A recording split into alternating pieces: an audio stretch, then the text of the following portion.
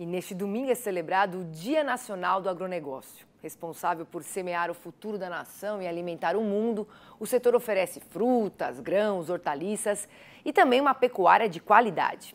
Resultado de um trabalho eficiente que se fortalece mais a cada dia, pautado na sustentabilidade e geração de renda para todos os elos da cadeia produtiva. Celebrada anualmente em 25 de fevereiro, a data relembra a rica trajetória do segmento e nos convida a refletir sobre a importância das atividades realizadas pelos produtores rurais para o desenvolvimento do país. De grão em grão, a agropecuária se tornou um dos pilares da economia brasileira. Para se ter ideia, o PIB de 2023, estimado pelo Instituto Brasileiro de Economia da FGV, indica que a super-safra foi responsável por impulsionar o Produto Interno Bruto do setor em quase 16% no ano passado, o que deve gerar um crescimento agregado de 3% no resultado geral. Além de promover a geração de riquezas, o agro nacional está consolidado como uma das potências mundiais. De acordo com a FAO, Organização das Nações Unidas para a Alimentação e Agricultura, o Brasil é o terceiro maior produtor de alimentos do planeta, atrás apenas da China e dos Estados Unidos. Ao aprimorar processos e investir em bases tecnológicas que atendam às demandas de uma agropecuária tropical por meio da criação da Embrapa, empresa brasileira de pesquisa agropecuária, em 1973, o Brasil teve a oportunidade de deixar no passado a condição de importador para se tornar um agente-chave no abastecimento interno e na exportação de diversos produtos. Mas essa trajetória de sucesso ainda está longe de atingir todo o seu potencial. Dentro e fora da porteira, as soluções que conectam eficiência à conservação do meio ambiente são tratadas como prioridade, provando que os profissionais do ramo permanecem unidos à terra, mas com os olhos voltados para o futuro. Que o Dia do Agronegócio seja lembrado como o dia de um setor formado por pessoas que cultivam, preservam e que acreditam no país. E é claro que se tem um setor da economia que até em momentos de crise mantém um bom desempenho, este setor é o agronegócio. E para ampliar esse assunto, quem está comigo agora é o comentarista do Canal Rural, Miguel Daúde. Boa tarde, Daúde. Bem-vindo. Obrigado, Priscila. Boa tarde a você, boa tarde a todos. Que excelente dia, né? Sim, e a gente sabe, né? A gente sabe que tem muita coisa para a gente comemorar, mas tem muitos problemas também que a gente foi noticiando ao longo de todo 2023. A gente teve aí a segurança jurídica no campo, que foi um tema que preocupou muito o produtor rural, a gente não pode deixar de mencionar. E 2023 foi um ano marcado, né, por diversos pontos de insegurança no campo. A gente teve invasões de terras, tivemos a questão do marco temporal para demarcação de terras indígenas também. O que você acha? É um momento que a gente tem mais que celebrar ou reivindicar, Daúde? Pois é, Priscila, é um momento que nós temos, evidentemente, para reivindicar, né? Os produtores rurais, eles estão passando por uma dificuldade muito grande. A gente sempre diz aqui, né, Priscila, quando você chamava a notícia, passou na minha memória rapidamente todos os nossos comentários que a gente faz referente ao agronegócio, né?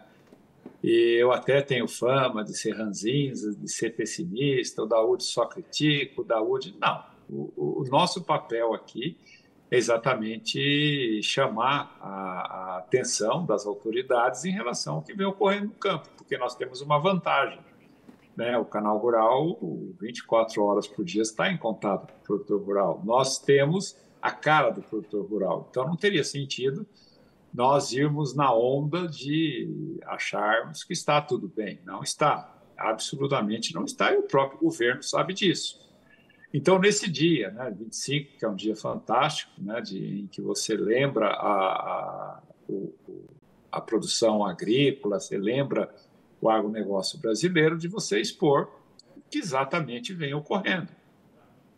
Priscila, eu sei que você fala com a fluidez de quem vive também esses problemas. Marco temporal é uma espada na cabeça do produtor rural. Você já imaginou terras que vêm sendo requisitadas pelo governo, vêm sendo requisitadas pela justiça, de produtores que estão lá há mais de 100 anos, têm escritura, porque chega lá meia dúzia de indígenas e diz assim, não, essa terra aqui, o meu antepassado viveu aqui, eu quero. Aí o governo vai dar, né? A questão de invasões de terras. Hoje é outra espada na cabeça do produtor, porque você não sabe se um dia ou outro sua terra será invadida, onde lá se acomodam pessoas para acharem que a terra também é um direito de todo mundo. Sim, é um direito, mas antes de tudo, o direito está na Constituição. Você não pode, né, invadir uma propriedade. Você tem setores que muitas vezes estão preocupados, né, com financiamento. Certo. Nós não temos, então é difícil, Priscila. Daudi, a gente fala aqui, né? Se consegue vencer e se destacar na diversidade, que dirá com benefícios, com mais subsídios, aí não tem limite para o agronegócio. Eu vou pedir aqui tua licença, porque quem vai participar dessa conversa também é o pesquisador da FGV, o Agro, o Felipe Serigati. E eu quero dar boa tarde aqui para o Felipe Serigati. Bem-vindo. E já vou começar com uma pergunta. Quero que você me fala uma coisa, né? A gente tem aí um grande desafio, né, Serigati, daqui pela frente. Porque a população do planeta ela pode atingir 9 bilhões e 700 milhões de pessoas até 2050. Então, pensa só. A demanda mundial por alimentos ela tem que crescer até 56%, de acordo com a Organização das Nações Unidas para a Alimentação e Agricultura. Você acha que o Brasil, Serigati, está preparado para contribuir com essa missão? Bem-vindo novamente. Boa tarde, Priscila. Boa tarde, Daúde. Tudo bom? Então vamos lá, né? Das economias, ali dos principais fornecedores de alimentos para o resto do mundo, o Brasil, até o momento, de longe, o principal candidato a conseguir atender a fração mais relevante dessa demanda que deve vir ao longo aí das próximas décadas. Do lado ali, em termos técnicos, nós temos condições. Essa trajetória poderia ser mais facilitada com um suporte adequado de política pública, e o grande destaque, além dos pontos que o Daúde já comentou, eu incluiria ali o programa de seguro rural, mas ainda assim tem outras faces que são importantes a gente colocar aqui em cima da mesa. De um lado, importantíssimo também, acordos comerciais. Óbvio que acordo comercial, principalmente na área de produtos agropecuários, de alimentação, não é algo fácil, não é algo trivial. Nós estamos falando de segurança alimentar e, naturalmente, haverá economias que vão tentar proteger o seu mercado. E, por fim, a gente não pode esquecer que podem surgir concorrentes relevantes, tá? Então, no momento, falando aqui de 2024, o Brasil é a principal protagonista em diversas áreas do agro mundial. No entanto, nós temos visto temperaturas acima da média. Isso tem tornado áreas que hoje não são tão competitivas assim, mas que podem vir a ser nessa tendência de aumento de temperatura média do planeta. Naturalmente, estou falando do leste europeu e das estepes ali do lado da Rússia. Veja que nós estamos falando de países que sabem sim produzir um conjunto de produtos, por exemplo, grãos, e estão próximos de importantes mercados consumidores. É uma ameaça para nós agora no curto prazo? Não. Mas nós estamos falando de uma demanda que deverá acontecer lá em 2050. E até lá, muita coisa pode acontecer, inclusive esses competidores se apresentarem no mercado. Só para ilustrar esse ponto, nós já exportamos frango para a Rússia, tá? Em volumes muito expressivos. Hoje, a Rússia, ou antes da guerra, a Rússia era uma exportadora líquida de carne de frango. Até aproveitando, né, que o Serigati está falando aqui do cenário internacional, né, Daúde, você acha que mesmo diante dessas possíveis dificuldades a longo prazo, agora a gente já pode se considerar aí protagonistas do agronegócio pelo mundo? O que nos falta, Daúde? Também sabendo que temos pela frente muitas adversidades climáticas também para enfrentar, aumento de temperatura, todos os eventos climáticos extremos que a gente tem visto até agora. Boa tarde, meu amigo Serigati.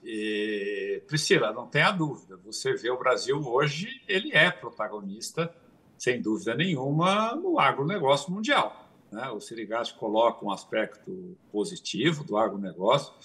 Eu só acrescentaria, Priscila, que Hoje, quando nós olhamos os concorrentes, né, no mundo, o único que tem condições de atender pelo menos 50% dessa demanda mundial é o Brasil, porque o Brasil tem 150 milhões de hectares de terra que podem ser recuperadas, podem ser aprimoradas para produzir alimentos sem derrubar uma árvore.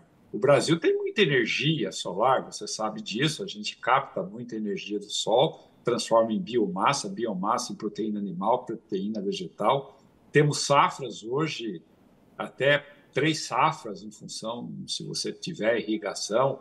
O Brasil tem uma posição fantástica, mas eu concordo com o Serigati que se nós não nos prepararmos para isso, com políticas públicas, nós vamos enfrentar dificuldade. E a gente já vê o protagonismo do Brasil, Priscila, respondendo sua pergunta, e hoje tem países que tentam boicotar o Brasil.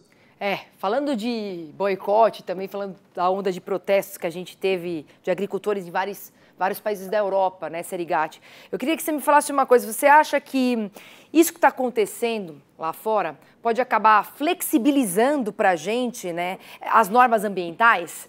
Como é que vão ficar os rumos do acordo com o Mercosul? Eu pergunto isso pelo seguinte: existem diferenças climáticas, a gente comentou já sobre isso. Aqui a gente tem muito mais aporte de calor, de umidade, portanto, uma necessidade de usar mais pesticidas, porque não existe uma estação completamente definida como o inverno europeu, que vai lá e vai liquidar com algum tipo de praga. Então, você acha que, com tudo que está acontecendo lá de protesto, eles contra eles mesmos, você acha que isso acaba sendo algum benefício para a gente também? O que você acha sobre isso? Puxa vida, Priscila, eu acho que nesse ponto eu vou ser o mais pessimista aqui dessa roda, dessa mesa aqui, tá? Então, acho que um ponto que há convergência, tá? Entre, de um lado ali, os produtores agropecuários europeus e a agenda ambiental é justamente protecionismo, tá? Então, olha, nós temos que nos proteger dos produtos que vêm de outras economias, o especial destaque da economia brasileira por ser, nesses mercados agropecuários, um competidor muito relevante. Então, o produtor agropecuário europeu olha e fala, peraí, gente, vamos lá, olha as minhas condições que eu tenho para produzir, vocês realmente querem abrir o mercado para um gigante como esse varrer aqui a Europa? E o Brasil tem muitas condições, o produto agropecuário brasileiro ele é muito competitivo. Do outro lado, esse mesmo produtor europeu está dizendo, olha, vocês estão criando um conjunto de regras que vai aumentar o meu custo de produção? Como se não bastasse, esse produtor europeu vai apresentar mais uma reclamação. Eu também estou sensibilizado ali com o problema na Ucrânia, mas aquela produção da Ucrânia que não pode ser escoada pelo Mar Negro, está sendo escoada via Europa e está derrubando os preços locais. Então, vocês estão me derrubando o meu preço recebido, estão aumentando o meu custo de produção e estão dizendo que pode abrir a porta para vir um gigante varrer aqui o meu mercado. É óbvio que essa turma vai ficar brava. Mas quem tem dominado a agenda de debates ali não são os produtores, é justamente a agenda ambiental. E a agenda ambiental tomou um susto com a força que os produtores sinalizaram no final do ano passado e início desse ano, e o único ponto que eles têm na minha leitura de convergência é justamente protecionismo, por razões distintas, mas se justifica da mesma forma. Esses produtos que são produzidos em áreas tropicais que não seguem as nossas métricas de pegada de carbono não podem entrar nesse mercado. Em outras palavras, a briga é entre eles, mas eu acho que uma parte dessa conta somos nós que vamos pagar com maior dificuldade para acessar aquele mercado. E vamos pagar por ser gigantes, né? E por termos grande potencial e por já agir com sustentabilidade. É difícil, né? Quando você tem esses efeitos colaterais fazendo o certo. Mas, Serigati, foi muito boa aqui tua colocação. Eu quero agradecer muito sua participação aqui nessa entrevista. Aproveito para desejar um excelente fim de semana. Daúde, você também, tá? Obrigada aí por tudo. Obrigado, um abraço a você, Serigati, e um abraço a todos. Bom fim de semana. Bom fim de semana.